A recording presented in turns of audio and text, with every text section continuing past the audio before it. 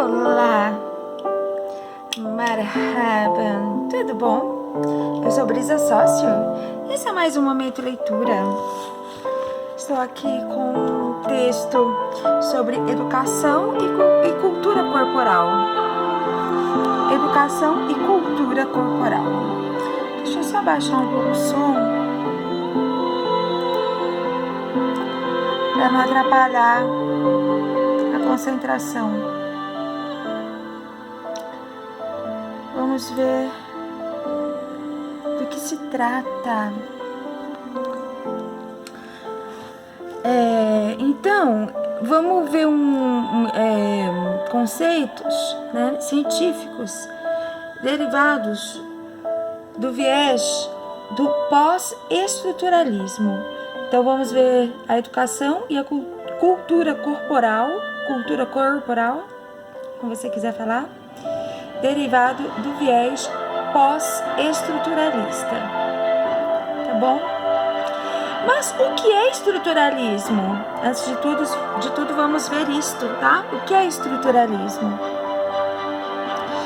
É metodologia ou corrente filosófica inspirada nos estudos linguísticos de Saussure. Não sei como que pronuncia, tá? Escreve assim, ó.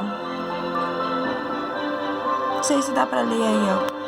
Escreve Saussure.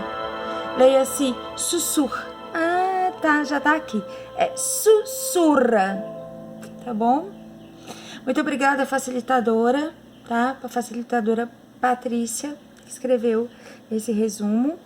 Escreveu, inclusive, como se pronuncia sussurra, tá? Sussurra. Que considera a cultura humana como um fator de explicação de todos os elementos da nossa vida para entender as estruturas das coisas. Certo? Então, o Saussure, o que ele considera? Ele considera a cultura humana como um fator de explicação de todos os elementos da nossa vida, para entender as estruturas das coisas. O estruturalismo analisa de forma interna, de uma totalidade, a constituição destes elementos. Então, a cultura, ela serve como fator, né, para explicar todos os aspectos da nossa vida e para entender a estrutura das coisas. Então, é o viés cultural, tá? Segundo o Saussure.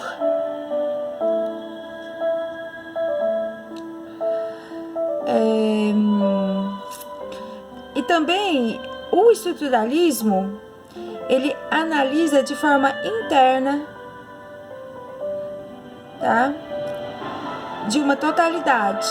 Então ele procura ver de dentro, né, da totalidade. O que? A construção desses elementos. Elementos de quê? Tudo que envolve a nossa vida. Tá bom? Veja que interessante, é um pouco complicado de início, mas é muito apaixonante também.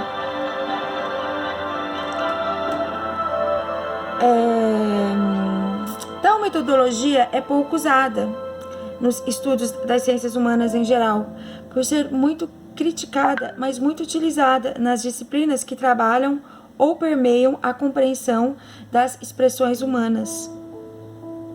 Exemplo: educação física cultural, educação sexual, artes, psicologia e etc. Certo? Veja que interessante. Autores que mais se inspiraram nessa metodologia.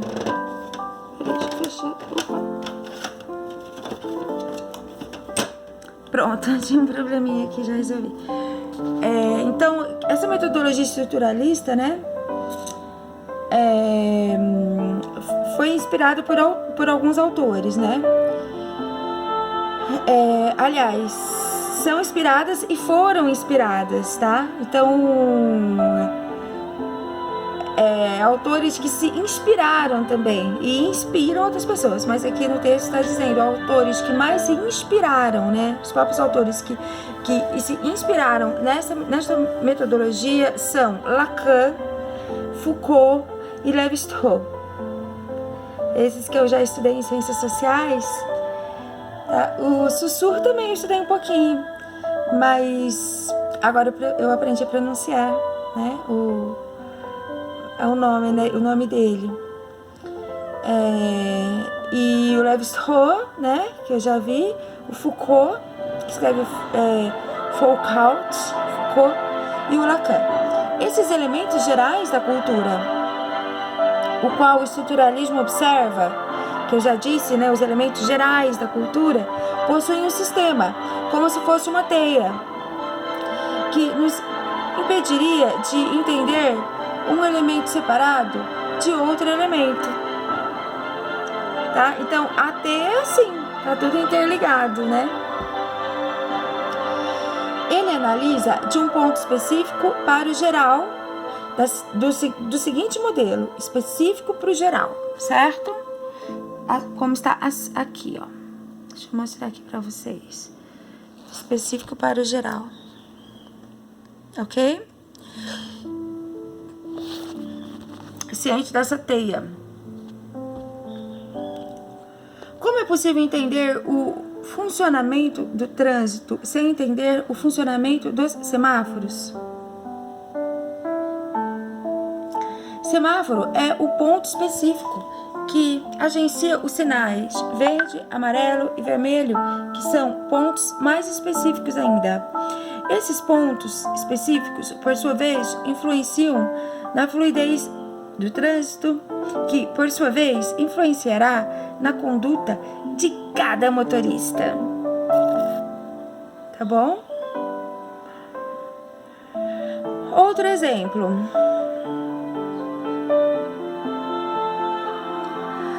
A comunidade indígena possui índios com vestimentas específicas, jeito específico de utilizar o cocar, etc. Então, a comunidade indígena possui índios com vestimentas específicas, jeito específico de utilizar o cocar e etc. Esses pontos são específicos. As condutas formam um sistema de regras, hierarquias, obediências e etc., que são o geral, né? A teia. Dentro deste sistema, teremos reflexos que podem ser semelhantes ou não. E também temos princípios que se comunicam entre si. Tá bom? Na década de 60, houveram questionamentos e reflexões sobre esta metodologia que resultou em críticas pesadas que culminaram no pós-estruturalismo, no qual tal disciplina de educação física e cultural se alicerçou mais fortemente. Então, através desse roteiro de estudo, a gente pode pontuar o seguinte. Primeiro, a produção da identidade corporal, que visou introduzir o papel da cultura na construção das identidades corporais. Isso tudo do pós-estruturalismo, especialmente na educação física, tá? Pedagogia do corpo, visava o agenciamento das práticas e dinâmicas pedagógicas. Terceiro, currículos da educação física e a produção das identidades, que relaciona os currículos às identidades voltadas para as competências e habilidades. Tá? Ele relaciona os currículos às identidades voltadas para as competências e habilidades. Quarto, campos de inspiração da educação física cultural. Entendimento de como funciona essa nova educação física, nova, entre aspas, tá? e as práticas corporais ligadas às expressões corporais. Quinto, tematização,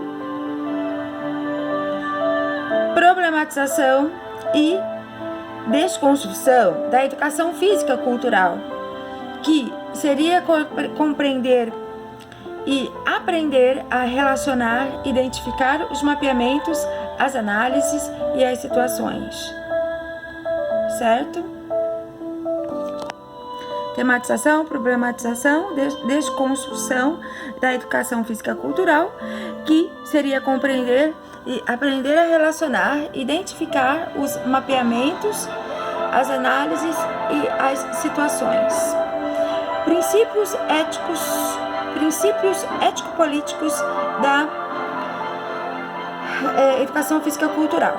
As ações, os desejos, as orientações que agenciam ou norteiam os professores e as professoras. Sétimo, situações didáticas da educação física cultural. Exemplos para aprender a relacionar e identificar, rastrear, mapear cenários ou sistemas que está diante do professor, né, ou da professora. E o oitavo é o conteúdo da educação física cultural, as singularidades nestes conteúdos. Tá? Deixa eu mudar a música pra gente continuar.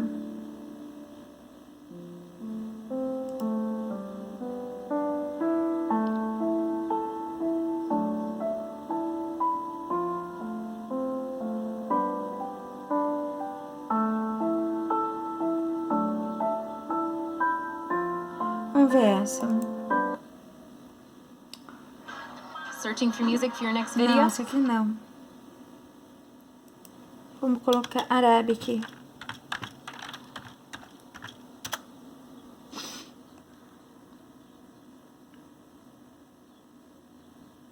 Será que esse aqui é no copyright? Free, vamos colocar. Free.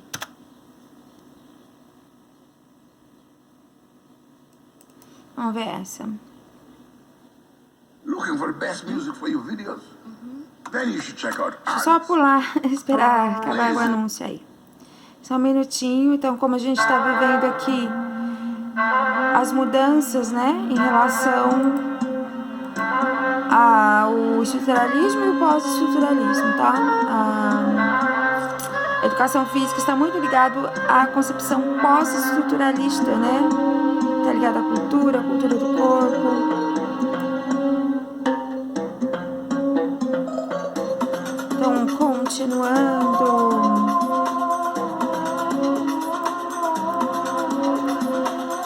Então, olha, como é construída as identidades, tá? Vamos ver sobre a produção da identidade. O que são essas identidades e como observar as identidades, tá? Por exemplo, padrões de beleza. Os padrões de beleza no Brasil seriam quais? Por exemplo, corpo sarado, marombado, escultural, no qual mulheres são exageradamente fortes, voluptuosas e coisificadas, virando objetos de desejo, seja por outras mulheres que gostariam de ter mais corpos, ou de homens que gostariam de ostentar parceiras com estes corpos. Mas por que tal corpo virou um desejo? Então aqui tem até, né, algumas imagens. Produção da identidade. Por que se cultua tal corpo, o corpo humano, né? Qual tipo de poder midiático, político, religioso, econômico, etc. é responsável pela disseminação dessa nova cultura? E o corpo que não se adequa a esses modelos? Essa educação física que cultua, trabalha e valoriza somente o modelo de corpos e sua padronização não é a educação física cultural que se busca hoje na sala de aula. Hoje já mudou isso, essa concepção. Então, como romper com isso na prática? Dica 1.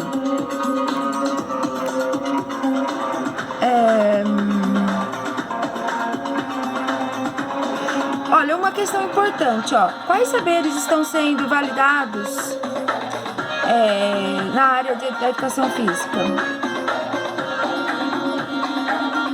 Tá? Aí, no currículo ginásico e as identidades saudáveis, o professor, o indivíduo, o professor, né, no caso, atualmente, o professor é o indivíduo que detém a iniciativa e que também é o elemento principal do processo da escola tradicional. Vale ressaltar aqui que o movimento escola... isso aqui já passou, tá, gente? Esse negócio que é o professor, que é o principal. E é um movimento da escola nova e está sendo iniciado e introduzido nas práticas dos jogos. Isso daí é uma tendência que houve, né, na época da escola nova. Já o currículo técnico esportivo ou as identidades vencedoras é uma outra concepção, tá? Que incentiva a questão meritocrática de conquistar, vencer, que direcionam o processo por meio de organização racional dos meios, que colocam os sujeitos como meros executantes de um projeto educacional mecanizado, segundo Saviano, tá? E é uma espécie de projeto de fabricação de sujeitos competitivos para uma nação em desenvolvimento. Então isso aqui também já foi superado, tá? Assim como as identidades saudáveis, tá? No caso das identidades saudáveis, o professor que detinha a iniciativa e ele era o elemento principal do conhecimento na escola. No caso, ele é da escola tradicional. Aí passou depois dessa tendência, né? Tudo no século XX. Passou-se a privilegiar o currículo técnico esportivo, que também já foi superado, conforme a crítica que o Saviano fez, né? Organização racional dos meios, que coloca os sujeitos como meros executantes de um projeto educacional mecanizado. Aí vem o currículo psicomotor e a identidade competente, que também já foi superado, né? Porque é uma abordagem desenvolvimentista. Essa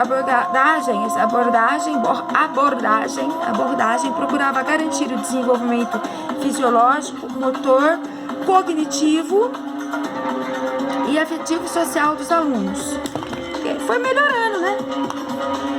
Depois desse, passou a predominar o currículo pós-crítico e identidades solidárias, né, que possuem a cultura como centro. As práticas corporais são lidas ou entendidas como se fossem textos, dando contextos e significado e não mecanizados, tá? Como era na época do técnico esportivo.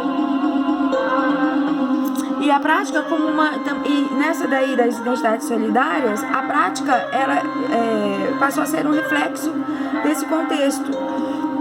Por exemplo, a capoeira, que não seria apenas dada como uma mera, não apenas dado como uma mera modalidade, e sim trabalhado com contextualidade. Tá bom? Aí, vamos ressaltar o seguinte, tá? A educação física, por meio de seus procedimentos que visam a construção da identidade universal, o corpo perfeito e dócil, domesticado e disciplinado por meio da ginástica, o gesto técnico esportivo, o topo dos estágios de desenvolvimento ou níveis almejáveis de saúde, estão aqui nesta fase consolidadas, como práticas discursivas que definem a identidade e produz a diferença a partir do padrão de igualdade. Já nas concepções e debates pós-estruturalistas, a diferença é marcada pela representação, ou seja, pela marca visível em que a realidade ou seu objeto real se torna um dado presente num esquema ou sistema. As divisões aqui são olhadas e trabalhadas com distinções, a partir de suas subdistinções. Ou seja, a diferença da diferença sendo valorizada. Então, diferentes, valores diferentes, respeito às diferenças. Deixa eu agora mudar a música, porque eu vou para dica 2.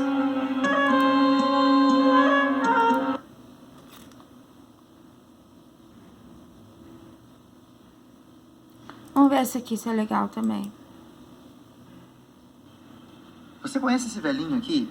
Esse velhinho tinha um sonho de montar uma fábrica de brinquedos. E ele montou. Peraí, Dele... vamos mudar aqui, pronto.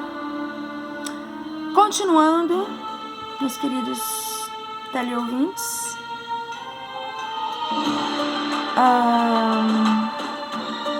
Não só ouvintes, né? Vocês podem me ver também.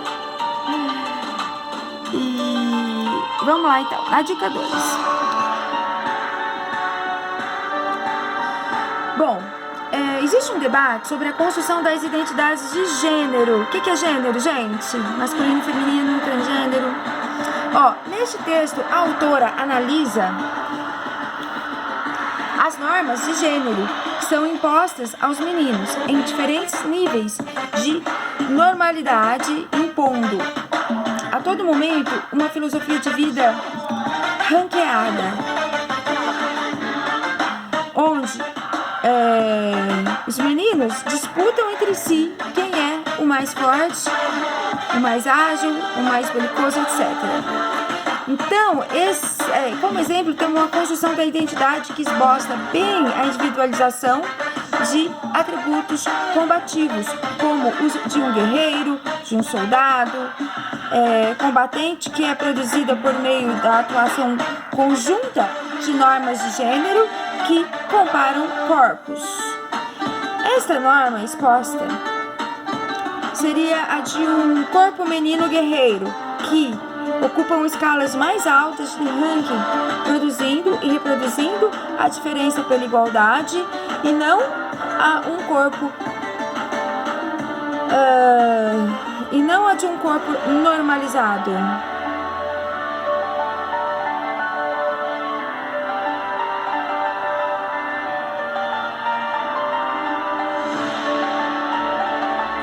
Bom, ficou meio confuso, né? Mas tem que ler o texto completo.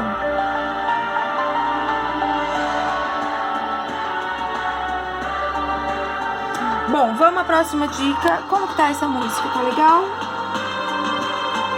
Eu acho que eu vou querer trocar de novo.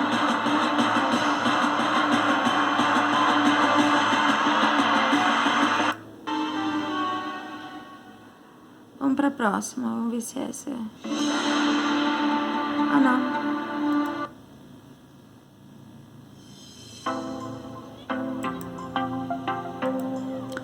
Vamos continuar então.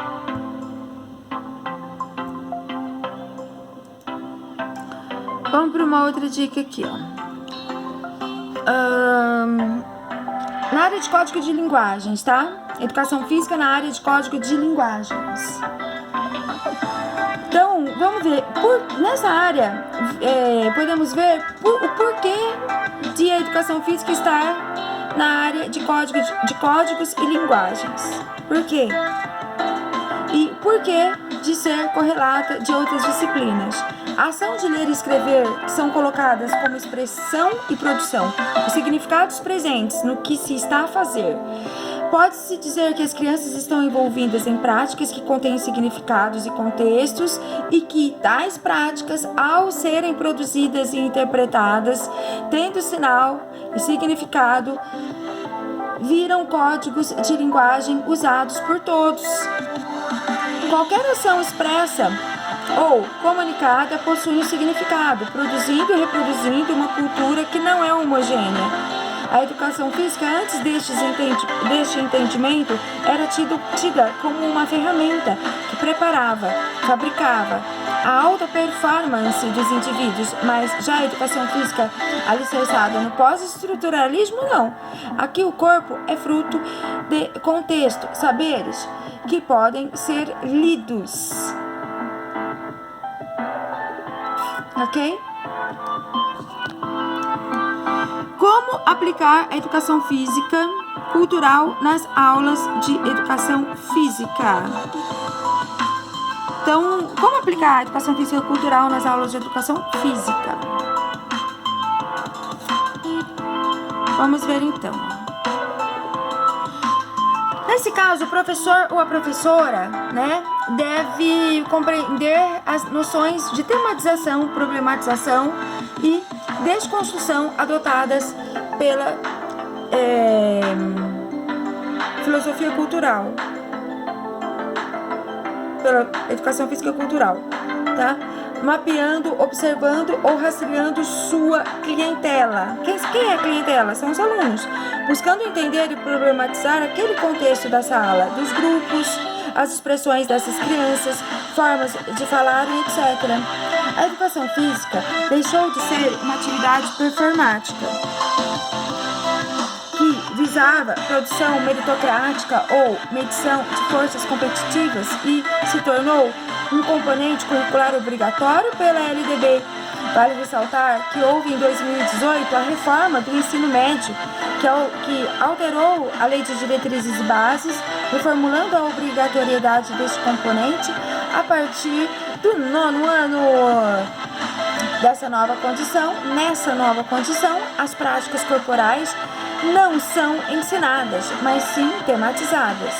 O professor ou a professora, através dos documentos oferecidos como matrizes, planejam esses temas e elaboram as atividades, certo? Então vamos continuar aqui. Vou trocar de música de novo.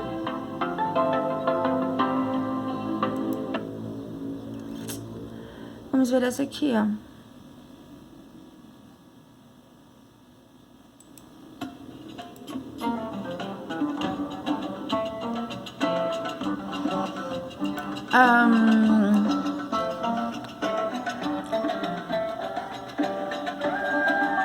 O currículo cultural de educação física, né, na área de educação física, não tem como objetivo apresentar práticas afastadas do patrimônio cultural corporal ou adaptar estes patrimônios dos alunos.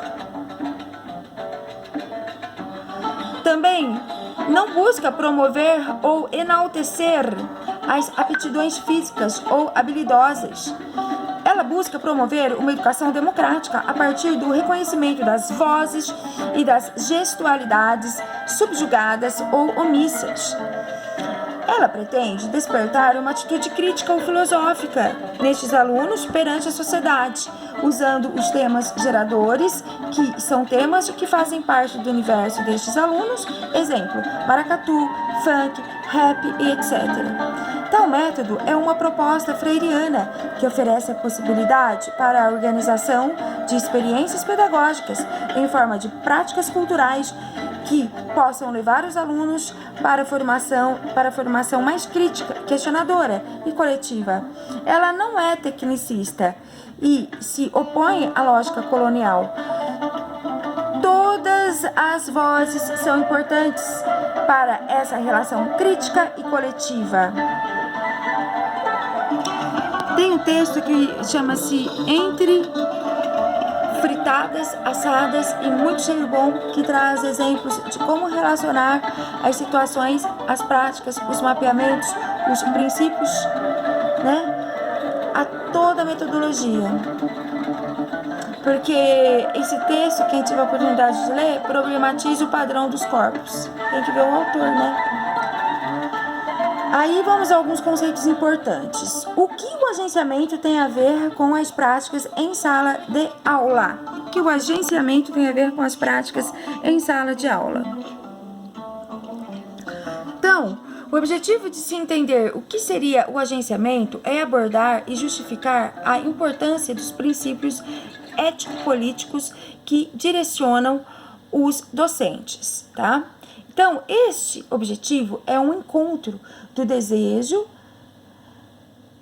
né, das ações ou resultados. É um encontro dos desejos com as ações e os resultados. Ações e ou os resultados, tá? Então, o agenciamento é abordar e justificar a importância dos princípios ético-políticos que direcionam os docentes. Então, desejo, né? Em que? Em relação a quê? As coisas e as pessoas. Então, esse objetivo tem o agenciamento tem como objetivo o encontro do desejo em direção às ações ou resultados, ok? Exemplo: meu desejo de ler um livro com viés estruturalista me leva à ação de ler, vigiar e punir. De ler Vigiar e Punir, de Foucault. Então, esse viés estruturalista, né, nos convida à leitura desse livro de Michel Foucault, Vigiar e Punir. O docente é agenciado o tempo todo por princípio ético-políticos no momento de sua escrita curricular, ou seja, no momento de definir os temas a serem abordados e ao planejar e desenvolver as situações didáticas. Nenhuma escolha é feita sem ter um norte por trás ou uma orientação. É um entrecruzamento de forças e que nos levam a caminhos distintos. Certo? Lembram do rizoma? Rizoma é raiz, e essas raízes podem nos levar a caminhos diferentes que dependem ou culminam em agenciamentos diferentes. As linhas que são mencionadas em outros textos são métodos de observação e ação que estão inseridas nos agenciamentos. Então, só relembrando aqui, é um entrecruzamento de forças que nos levam a caminhos distintos. E não podemos também, temos que lembrar que o agenciamento o tempo todo lida com princípios, tá? Ético-políticos no momento de sua escrita, entre aspas, escrita curricular, certo? Porque na escrita curricular, você vai lidar, quando você vai montar o seu currículo, que você escreve literalmente, não é só entre aspas, não. Você precisa lidar com temas, abordar temas e planejar e desenvolver situações didáticas, tá? E aí você tem que ter um norte, tá certo? Um norte por trás né, ou uma orientação. Então, existem forças entrecruzadas que nos levam a caminhos distintos. Então, para você fazer o seu currículo, né, escrever o seu currículo, montar o seu currículo, lembra de uma raiz, certo? E essa raiz tem um centro, né? E leva a caminhos diferentes que vai depender da tua turma. Como que é a sua turma, tá bom? E por que eu preciso saber sobre essas tais linhas? E você também precisa saber?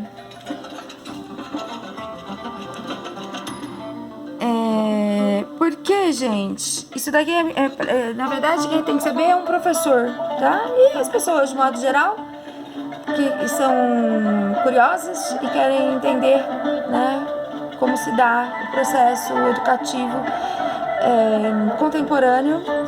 Especificamente aqui nesse momento de leitura, eu estou falando da educação física, né?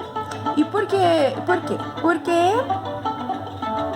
tudo isso fornece um norte na definição dos temas e no planejamento das situações didáticas do dia a dia. E para quê? Para o professor, para o pedagogo, para quem quer que seja, para o coordenador, enfim, até para o aluno, de repente, ajudar o professor, né? definir o tema, certo?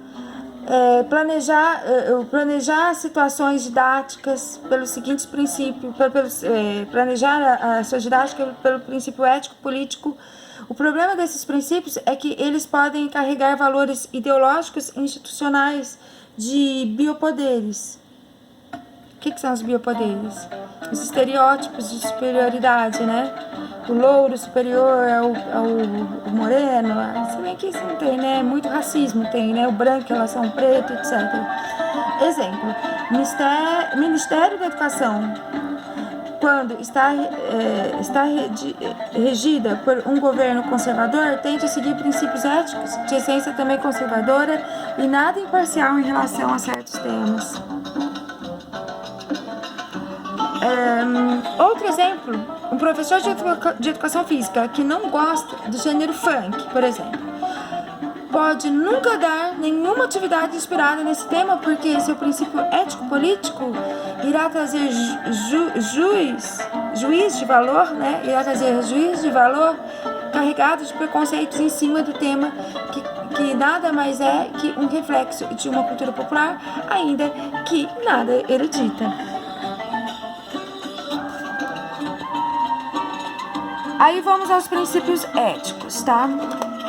Quais são os princípios éticos? Deixa eu ver aqui. Quais são os princípios éticos? Princípio da justiça curricular, princípio de descolonização do currículo, exemplo, a estereotipação do dia do índio. Por exemplo, só aquele dia que é o dia do índio. Virou um estereótipo e...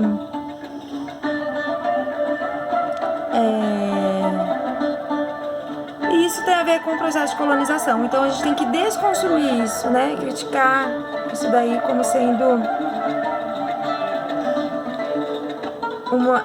o dia do índio também. É bom até preservar o dia do índio, na minha opinião.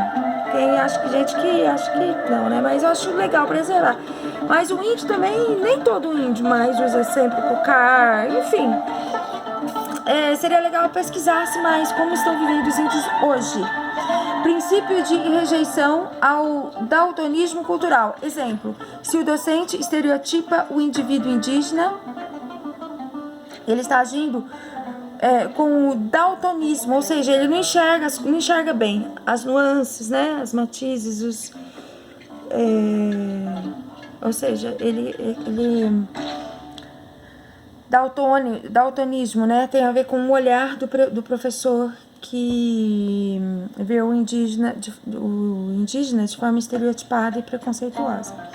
Princípio da ancoragem social do conhecimento.